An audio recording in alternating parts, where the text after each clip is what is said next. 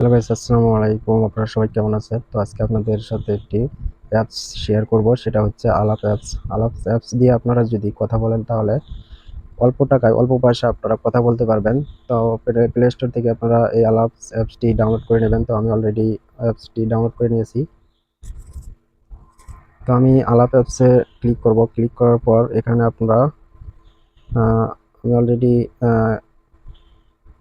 Log in করেছি। তো আপনাদের বোঝার ক্ষেত্রে আমি একটি সেটিং দেখাচ্ছি।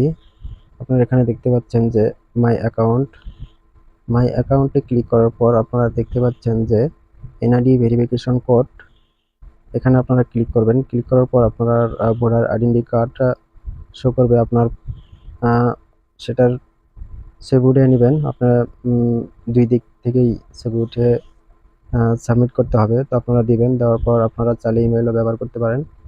আপনারা এখানে দেখতে পাচ্ছেন যে ডেট অফ বার্থ, আপনার জন্ম তারিখ, জেনারেটর আপনার ছেলে না মেয়ে সেটা আপনারা এখানে দিবেন। দেওয়ার পর আপনি সাবমিট করবেন। তো আপনারা দেখতে পাচ্ছেন যে আমি এখানে 50 টাকা রিচার্জ করেছি। আর কিভাবে আপনারা রিচার্জ করবেন সেটা আমি আপনাদেরকে দেখাচ্ছি। তো আপনারা এখানে দেখতে পাচ্ছেন যে এই অপশনে যাবেন। যার পর এখানে লেখা আছে রিচার্জ অপশনে ক্লিক করবেন। ক্লিক করার পর আপনারা দেখতে পাচ্ছেন যে visa card, visa master card, ওখান থেকে আপনারা রিচার্জ করতে পারবেন।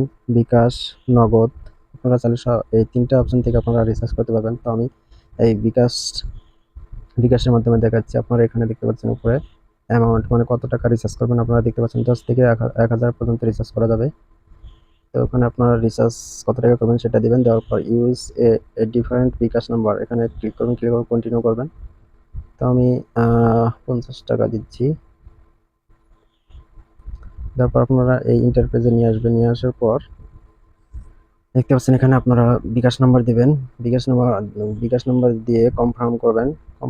কনফার্ম করার পর আপনারা পিন নাম্বার দিবেন।